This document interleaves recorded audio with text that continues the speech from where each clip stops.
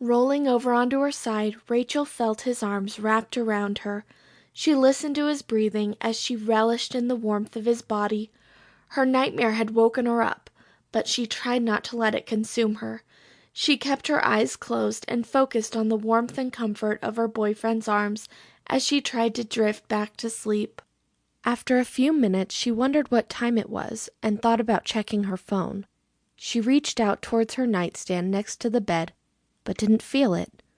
Her fingers grazed nothing but air. Opening her eyes, Rachel stared up at the ceiling. The room was darker than usual.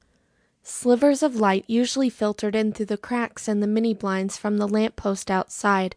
Something wasn't right. Releasing herself from her boyfriend's grasp, she sat up and looked around. Darkness. "Hey," she whispered as she gently shook his shoulder. He didn't move. "Hey, something's wrong." Rachel frowned. He wasn't waking up.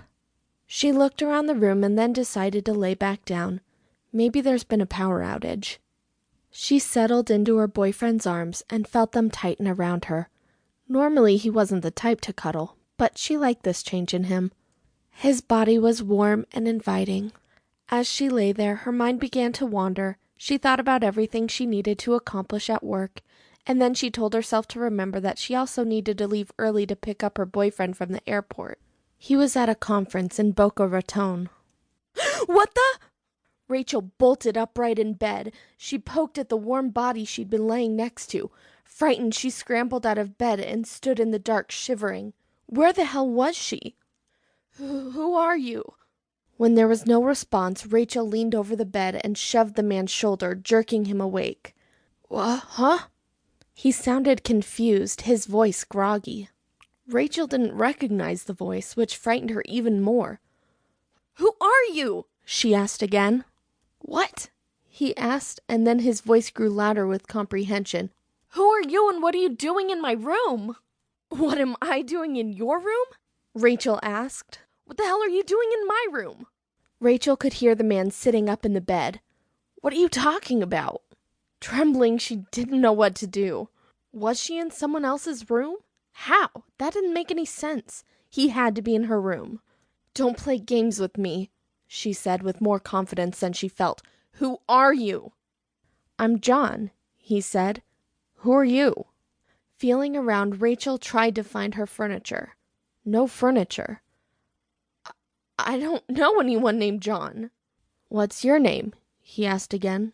"Rachel." She trembled in the darkness. Where the hell was she? "Are you human?" he asked. Rachel was stunned. She had heard him correctly. "What the hell kind of a question is that?" "A rational one," he answered. "Rational? What the hell is wrong with you?" she asked, and then wished she hadn't. She figured it probably wasn't a good idea to taunt a delusional man who planned on doing God knows what to her. "You know what?"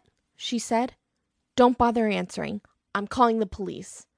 She felt for the nightstand to grab her cell phone, but it wasn't there. She then headed for the foot of the bed in search of her dresser. It wasn't there either.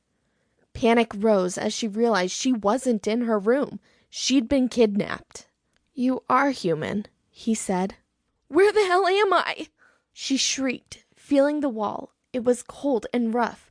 It felt like stone beneath her fingers. There had to be a way out.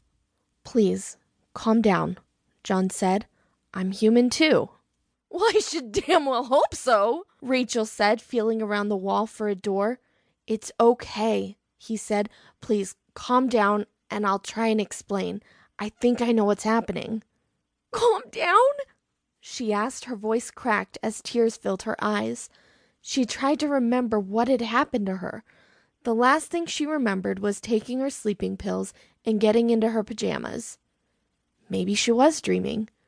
Rachel stopped moving for a moment and repeated her thought out loud. "I'm dreaming." "No," he said, "you're not dreaming." To keep listening to this audiobook, I've left you a link in the description so you can do it, at no cost thanks to Audible's 30-day free trial.